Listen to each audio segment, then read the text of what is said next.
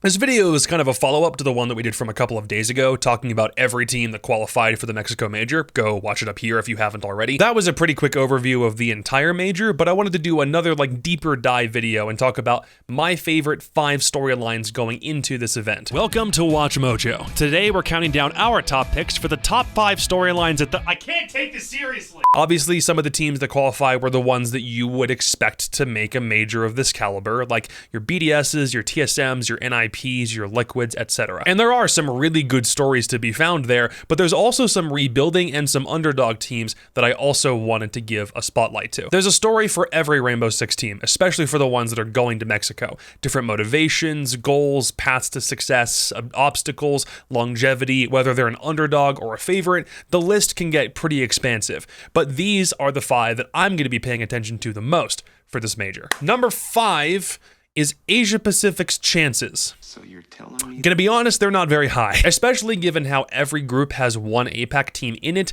and how every international event, including this one, will always have APAC pinned as the underdogs. So the story here is if any APAC team is able to survive the group stage and get into the playoffs, that by itself is a really worthwhile accomplishment, because all 3 teams face different challenges. Knights obviously can't go because they're Australian, but Damwon's group has G2 and NiP in it, and Invictus might just be the sacrificial lamb of the whole region because they undoubtedly got shoved into the group of death. The only group where I think there's a legitimate chance of APAC survival is Group A, where Cyclops play. I think BDS is a shoo-in to make it out of this group, but Team 1 internationally I think is still pretty unproven, and even more unproven is the Sonics, who've never been to a major before. Cyclops not only went undefeated in Stage 2 of APAC North, they're also looking way more structured and less erratic, while also maintaining the same aggressive style of play that they went into the 6 Invitational with. If any APAC team can get out of groups, they can, but the odds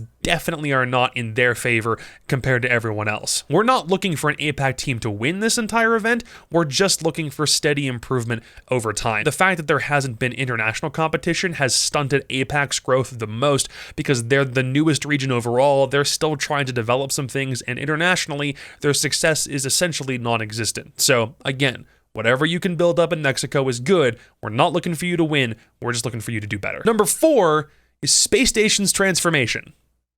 I like how that kind of rhymed. The story is that this SSG team is nothing like any team we've seen from them so far. Let's just pretend that Stage 1 and SI this year didn't happen for them. For nearly 2 years, this team was always Canadian IGLing on support, Fultz and Rampy on entry, Bosco flexing, and Thinking Nade holding down the flanks. Not anymore. Now it's Hot and Cold leading in the entry department with Fultz right behind him, Rampy shifting to more of a flex role with less vertical focus, Bosco holding the flanks, and Nade playing support.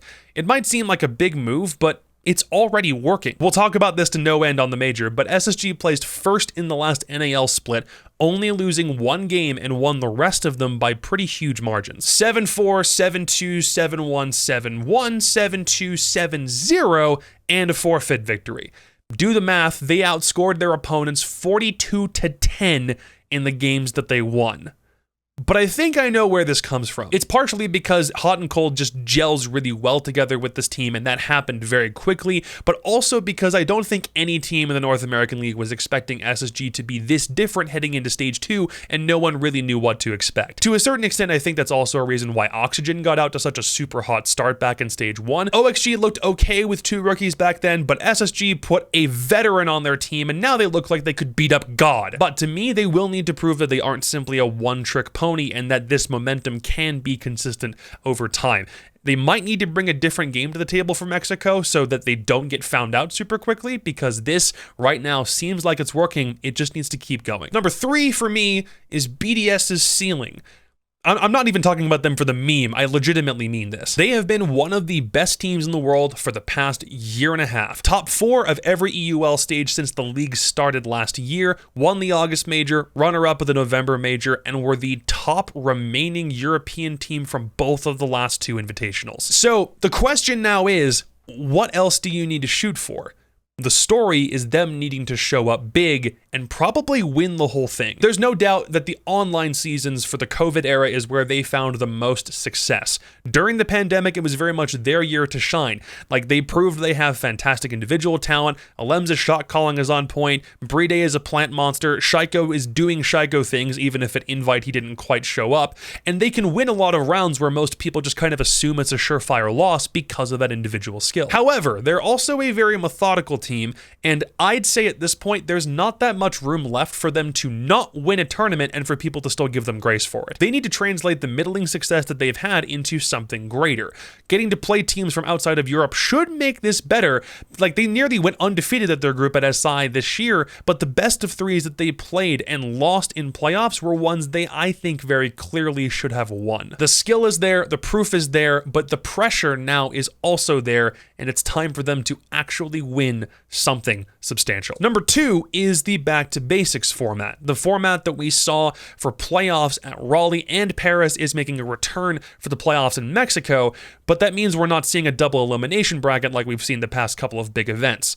That has some ups and some downs. The grand final is a best of 5, but does not have map advantage, which I've seen debated on Twitter to no end over the past year, but it means there's no buffer zone for teams that lose one series, meaning that every game has elimination potential. We haven't seen something like this since Tokoname, I think, for a big event with the single elim bracket. Stakes are high and every match should be engaging, but the other reason it matters is because now we have SI points to factor into the mix. The story with this is it's more long-term. The opportunity to qualify for SI matters a lot in Stage 2. If you did well in Stage 1 when there wasn't a major, then you've got some breathing room. But if you didn't do well last stage, then you need to excel in Mexico now because Stage 3 is a complete unknown. Stage 2 is in your hands because there's an opportunity to get even more points literally sitting right in front of you. Short-term success in Mexico will equal long-term success, assuming that you can get to SI with enough points and then not concern yourself with the qualifier at the end of the year, because there's no guarantee that's going to go your way either. To me, the format for Mexico's playoffs lends itself to ending games as quickly as you honestly can. It's not an endurance run like a lower bracket run would be for some teams. In this case, it's get in, drop kick your opponents, and then get out with as many SI points as you possibly can. That, above all else, should be your goal. And my number 1 for the Mexico Major is the beginning of the NiP Dynasty. Now, you could look at this and say that it's already begun, but one invitational win does not mean a dynasty also begins, because I think just because SSG won the Invitational in 2020, there isn't really a dynasty to speak of because we really only have one of those in Siege. G2 Penta. For those guys, it was sustained success for a really long period of time, and a lot of it was also done in streaks. Harken back to 2018, that was G2 and Penta winning the Invitational that year, the Paris Major, the Season 8 Finals in Rio, they were second place in Atlantic City, and then they went and won the Invitational the next year. Like, that's where the bar for dynasties is. So as far as I'm concerned, NiP hasn't really launched into their dynasty yet, but I do think them winning SI this year is the way that they start that. They've always been one of the top teams in Latin America. You can't argue that. That's where they've been forged, but internationally is where you're made, if that makes sense. If you can follow up an SI championship with a major championship back to back, that's obviously ideal, and that makes the best statement, but I think that's what you really need. You need the grand finals at the very least, second or first, in order for that momentum from SI to not be slowed. We haven't had a lot of SI winners, or major winners, not counting the online ones. So with everything getting back to LAN these days, the pressure is now on NiP to keep on winning as much as they possibly can. You've got the G2 dynasty to look to for an example, but NiP still have a lot of work to do to equalize with the greatest of all time. That is all from me. Which one of these storylines is the one that you liked the most, or is there one that I didn't mention here that you also think deserves notice? Let me know in the comments, because there are tons more that we will absolutely be paying attention to that I know I didn't talk about here. Follow the Twitter and the Twitch and sub and crap, and yeah, I'll see you later. Eye emoji. Peace out.